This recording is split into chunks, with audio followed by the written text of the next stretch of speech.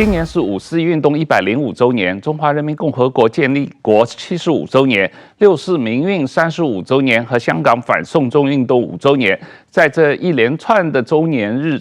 之间，我们特别邀请了中国政治学者蔡霞老师再次来上我们的节目，同我们大家谈一下文革以后中共党内民主力量的演变。蔡老师你好。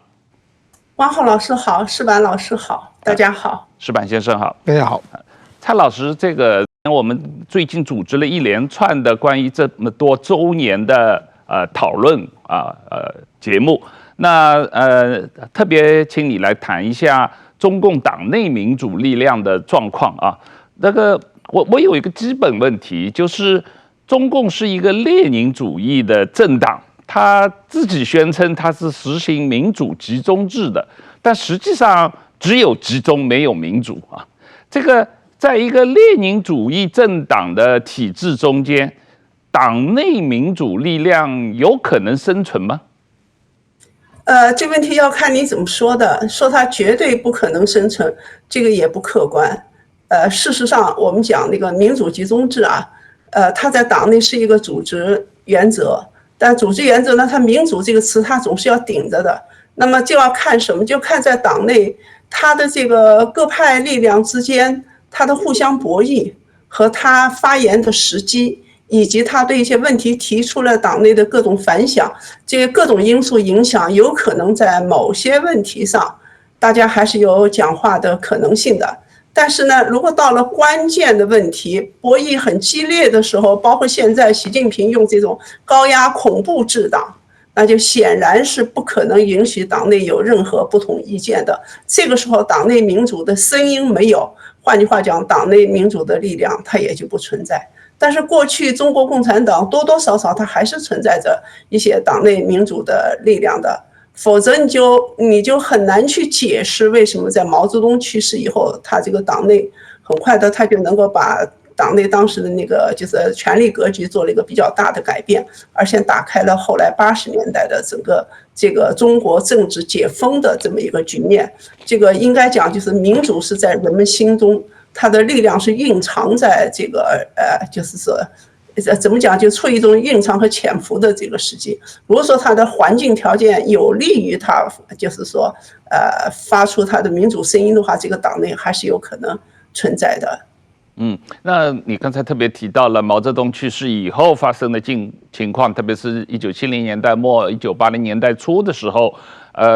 文革结束以后，中共党内有检讨过导致文革的体制原因吧？中共为什么会发生文革这个问题，有没有做过一个比较深刻的检讨？可以讲啊，我觉得中共党内实际上对于制度问题，就是体制问题啊，他的认识一直是处在一个非常迟缓的过程当中。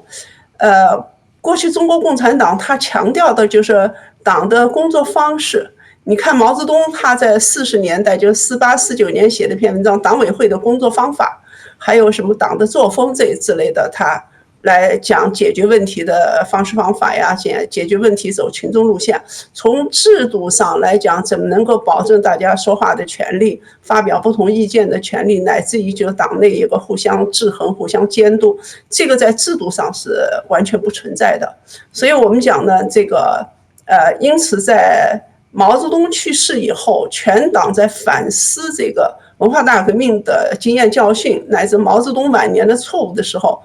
很多老干部他是从一件事一件事来提出问题的，包括就当时谁怎么讲，另外一个人怎么讲，情况是什么样的，就是由事扯到人，再由人扯到事，但是很少有人去扯，这是一个体制上的根本性的问题。只有谁提到了这个问题呢？邓小平。邓小平在1980年8月18号的那个讲话当中，就是党和国家领导制度的改革，在这个方面，他在这篇讲话当中，他从这个党出现这么大的问题，毛泽东晚年错误以至于带来的深重的灾难，从这些个问题的总结上，他讲说，如果制度不好，好人也会犯错误。毛泽东那么伟大的领袖照样犯错误。他讲说，制度好，可以使好人充分干好事，那个制度不好，那么就是好人没法干好事，而坏人呢得不到惩罚。所以呢，他那个时候开始提出来，就是制度问题带有根本性、全局性、长期性、稳定性，这是他从制度这个角度去讲如何去发展党内民主，或者讲改变党内的这个领导体制。但是邓小平这个讲话应该讲是很有分量的，但是问题在哪里呢？就是全党对这个问题的认识仍然是不够的。所以邓小平的这个讲话成为邓小平在这个国家政治体制改革、党的制度改革方面的，它是一个思想的高光点。从那以后，他再也没有讲过诸如此类的这么就是有分量的这个话。所以我们可以看到，就是中国共产党实际上在制度问题上来讲，是很少有人反思到一个相当的深度或者高度的，这个就不存在。因此后来尽管邓小平和中共党在对，我看中共党的12大以后，他们已经就是重新修改党章，也立了很多一些新的制度，包括1980年党内政治生活若干准则，这些个立起，这是很不容易的。但是后来随着党内的情况的改变，结果他就有很多东西逐渐又回到过去习惯性的老路上走，所以党内的民主始终没有能够很好的发展起来。矢板先生，从日本来啊，日本自民党长期执政，但是他一直是党内有派系的，而且是公开派系可以运作的啊。但是毛泽东有说过，党内无派千奇百怪，他也认为党内是有派系的。可是共产党好像从来不允许党内有派系的正常的运作啊。那你觉得这个列宁主义的政党或者共产党也好，不允许有派系运作，是不是也是扼杀这个党内民主的一种方式，一种根本原因？不，我觉得这个人要分成派啊，是个天生的这个天性使然啊。就是很多时候我们看到有3兄弟，一定有分成2派嘛，有2个关系比较好，有一个比较疏远一点嘛，这是人的自然而然的形成的一个东西。这个东西你要否定的话，其实是否定人性。我认为一切最重要的呢，还是就是一定要有透明性。就是说，其实我们看到，我们先不提中国共产党，我们提日本共产党。日本共产党其实是一个每次都参加选举、国政选举、地方选举参加，是一个经受完全民主历练的一个政党。但是说他这个政党呢，他因为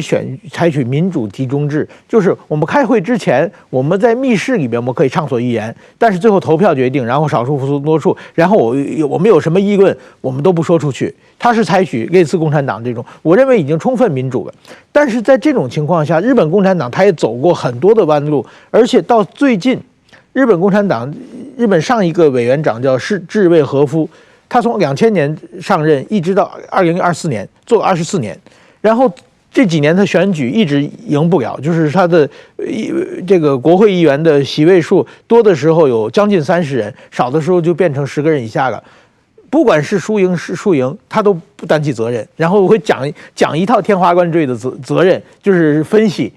然后就最后党内出现反弹。就在去年，就有人公开写文章，日本共产党内，然后就说志卫和夫应该下台。结果日本共产党第一个反应是把这个党员开除了，就是你把党内的意见公开化了，这个你可以在党内提，但是你不能在外边说。这个人就被开除了，但是说迫于压力，日本共产党不得不在今年让志卫和夫下台，换了一个新的一个女性的一个人。但是说大家，我想有可能又是几十年下去了，因为这个即使经历这个怎么说呢，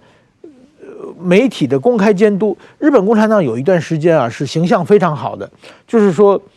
日本过去共产党有个领导人叫野坂参三，野坂参三呢，他就是说，常年在担任日本共产党的最高领袖，担任了几十年。但是说他活到100岁的时候，然后呢，突然之间苏联解体嘛，查出很多资料，查出他在年轻的时候，在苏联的时候出卖过自己共产党的同志，然后就因为这个日本共产党的开会决定开除他的党籍。所以说他100岁躺在床上，大家去宣读开除他的党籍，他一辈子贡献的共产党把他开除党籍。当时这个事情在日本媒体评价非常高，说你看别的政党就没有这样的事情。但是说呢，现在看起来呢，他这个民主集中制其实是一个怎么说非常密室操作的，他出的结果是怎么说呢？是当时的最高领导人的意向反映出来的事情，而并不真正的民主。而相反，日本的自民党，大家可以随便畅所欲言，就是说，比如现在日本的岸田首相要解散各个自民党内的派系，然后麻生太郎第一个不同意，然后就公然在媒体上说嘛，然后最后岸田跟麻生两个人去谈判。媒体记者全等在餐厅门口，然后呢，他们两个说的什么一出来，都有人爆出来嘛。所以这种情况之下呢，自民党就是岸田他想独裁根本没有办法嘛，因为声音不停的冒出来，所以日本自民党到现在为止是一个党内非常民主的政党，而日本共产党因为它采取民主集中制的话，所以它有的时候突然民主一点，有的时候特别不民主，但归根结底的它是有一个独裁的一个体制的，一旦它出来一个独裁者的话，这个就是完全没有力量把它扳倒的。其实刚才石板老师讲的这些情况啊，我一边听一边其实脑子里挺有感触的。首先第一啊，就是列宁主义的政党，它在党章上就过去的立党的规定，就是说党内不许有不同的那个就是派别存在。所以如果说只要有派别存在，它都会把它叫做为是所谓现在习近平所讲的非组织活动，这就是一个阴谋集团。或者讲的野心家，这些词指的是什么？都是指的党内的这种各个不同的派别。但是海外呢，又给中国共产党加了很多这个名称，比方什么江派啊、团派啊之类的派，是吧？好，那么后来他就问我说：“你究竟怎么看这个是有没有派？”我说：“客观上讲，就像刚才石板老师讲的，就是党内啊，它一定是有分不同意见、不同倾向的，它自然而然就有可能形成各种各样的派别，但是中国共产党呢，它也形成过诸如此类的。但是我后来跟那个新华社的那个记者，就是我们通电话的时候，他问我，我就跟他讲，首先我说有几个名词你记住，我说呢，这几个词我们呢要分辨它，首先就是政党，然后就是派别，然后呢还有就是帮伙，还有就是山头。我说你看这4个词啊，怎么看？我政党是讲的现代民主社会当中的这个不同的这个利益倾向、政策思想，或者说不同的价值目标，使他们走到一起去，形成一种政治活动的团体，它有可能就是政党。我说这个呢是一个现代民主制度社会当中就是可以合法存在的政治活动的团体，但是中国它不是一个现代民主政治的国家，因此它就不可能真正有现代民主政治环境下的一个现代意义上的政党。所以我们一直认为，就中国共产党它实际上是一个中国传统社会当中江湖社会，就是江湖那个会党的这种色彩，它很强烈的政治色彩，但是它又有江湖会党或者说江湖的那个就是我们讲帮会组织的这个特点。因此呢，我说所以党这个词究竟怎么辨析，不要以为都加一个党这个词它就真的成了党，它不是的。所以呢，当时那个时候大概是2006年吧，我当时跟他讲说，这是第一个词要我们辨析的，第二个词的辨析就是派。我说你知道在现代政党内部的它的派别怎么产生呢？就是基本的价值体系，大家目标价值观念是一致的，但是对于当下的这个社会政策它是有分歧的，因为有各种政策和现在的这种进行的某些解决某些问题的思路和这种主张不一样，然后这些人群自然而然形成了不同的观点、不同的意见，它就形成了党内的这种派别。但是在中国共产党党内，它不存在这一类意义上的派别。我说那么中国共产党有什么呢？客观上讲，它有没有不同的人群？它自然而然就抱成了一个小团或者一个小帮伙呢？有。我说你就比方说毛泽东在延安时期，当时讲的是什么？是山头主义。毛泽东讲过说，我们的干部来自五湖四海，在那个中央委员的这个就是席位的分配上，要照顾到各个山头。所谓讲的各个山头，就是讲过去的就是各个根据地，还有各路军队。然后它自然而然在那个就是过去暴力革命的这个过程当中，它形成了就是地域上的格制和